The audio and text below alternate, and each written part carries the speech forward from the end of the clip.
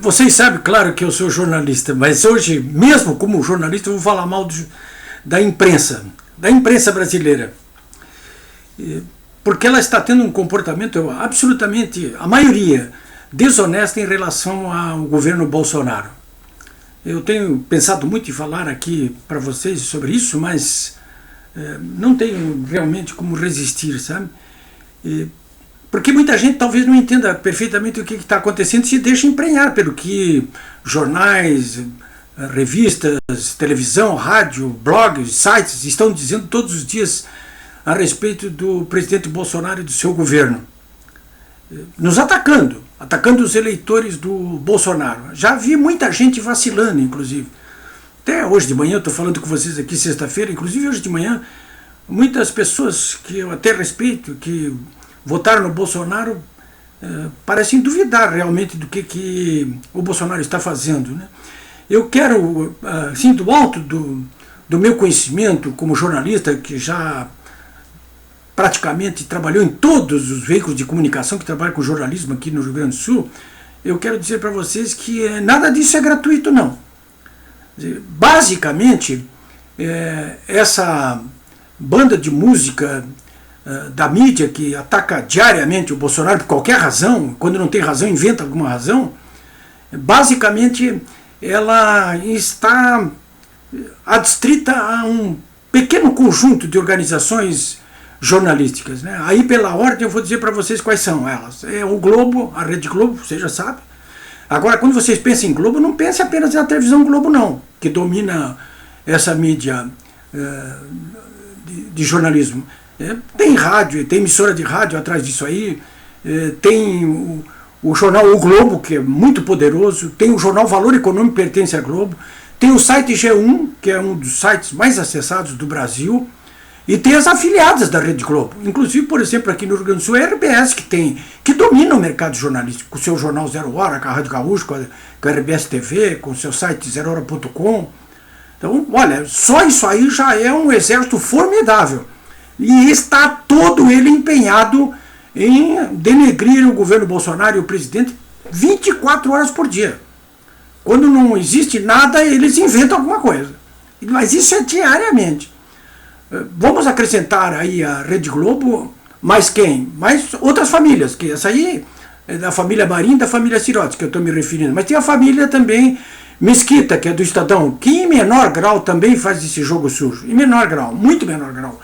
Mas tem os Frias, família Frias, da Folha. Essa sim, faz em grau de ebulição máxima, né, os ataques ao Bolsonaro. E por último, os ex-Civita, ou seja, os ex-donos da Abril, hoje em outras mãos, né?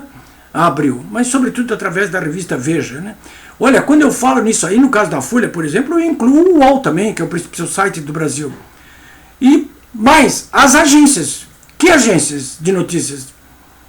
Do Estadão, a agência Globo, a agência da Folha de São Paulo. Essas agências, elas ficam jogando material o dia inteiro, 24 horas por dia, para tudo que é jornal do Brasil inteiro, de capitais, do interior, que muitas vezes não tem equipe própria e fica trabalhando as informações que recebe das agências, ou fica naquele copia e cola que é natural, em cima dos grandes jornais, das grandes publicações, né? Então, esse é o arcabouço. Alguém vai me dizer assim, mas puxa vida, 4, 5, 6 organizações jornalísticas como essas tem tanto poder assim? Tem sim, tem muito poder. Ah, mas as redes sociais são muito mais fortes e estão todas do lado do Bolsonaro. Não é bem assim. Não é bem assim. Por que razão? Eu já disse para vocês. O UOL, por exemplo, que é da Folha, que ataca o presidente todos os dias, é o principal blog, site do Brasil, tem 20 milhões de acessos. Só para vocês terem ideia, o meu blog tem 60 mil acessos por dia. O UOL tem 20 milhões. Então, não é bem assim. Mas se identifiquem claramente, então, de onde partem os ataques, né? Agora, alguém pode me dizer o seguinte, mas por que eles estão atacando? Por 3 razões principais. A primeira delas é porque eles representam o establishment. O Bolsonaro foi candidato contra o establishment. A onda azul que ele representou, que respondeu às nossas inquietações, já disse para vocês que vem desde a jornada de 2015, proposta deles são as propostas exatamente de mudanças do establishment. E establishment é esse? É das grandes empreiteiras que corromperam e foram corrompidas. São os grandes partidos políticos do Brasil, MDB, PP, PSDB, quase todos envolvidos através de seus líderes em grossa onda de corrupções, o PT. Esse é o establishment, os bancões, né? Esse é o establishment. Gente que se cevou o tempo todo em benefícios fiscais do governo, nas tetas generosas dos juros baixos de longo prazo do BNDES, do Banco do Brasil e da Caixa. É o establishment. Então, o establishment não quis a eleição do Bolsonaro, trabalhou contra ele, perdeu a eleição, mas continua futricando e trabalhando, como vocês estão vendo. Então, primeiro isso. O segundo é o corte de verbas publicitárias. O governo Lula e Dilma concedeu 24 bilhões de reais de verbas publicitárias para essas organizações jornalísticas que eu já disse aqui. O Fernando Henrique foram 12 bilhões. O Bolsonaro esse ano aqui está previsto 150 milhões. Você trancou os cofres para essa gente aí. Bom, eles vão quebrar? É claro que eles não querem quebrar, né? Então essa é com certeza a segunda razão, né? E a terceira é o compromisso que essa gente tem toda aí com, digamos assim, com interesses, né? Como dizia o Brizola, com os interesses, né? Eles têm interesses. Essas organizações, quase todas, elas têm braços armados ali em tudo que é canto do meio empresarial, eles têm os seus interesses também. Eu vivi isso claramente dentro de praticamente todos os grandes jornais nos quais eu trabalhei, né? Então, eu tive problemas com eles porque eu era, num determinado momento, contra o governo e eles eram a favor.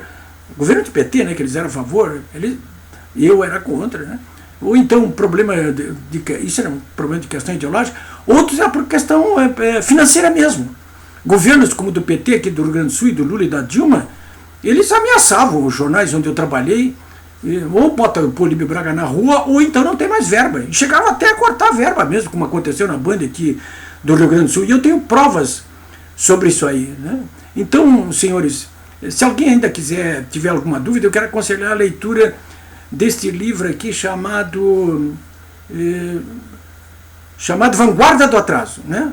Foi editado aqui, eu sou um dos autores, tem 12 ou 14 jornalistas que escreveram ali os seus depoimentos a respeito da perseguição movida pelos governos do PT contra a imprensa. E ali ficam bem claros essa mancebia que existe entre essas grandes organizações jornalísticas que existem no Brasil, né, esse verdadeiro quarto poder, e os governos, né? Coisa que já não está mais acontecendo.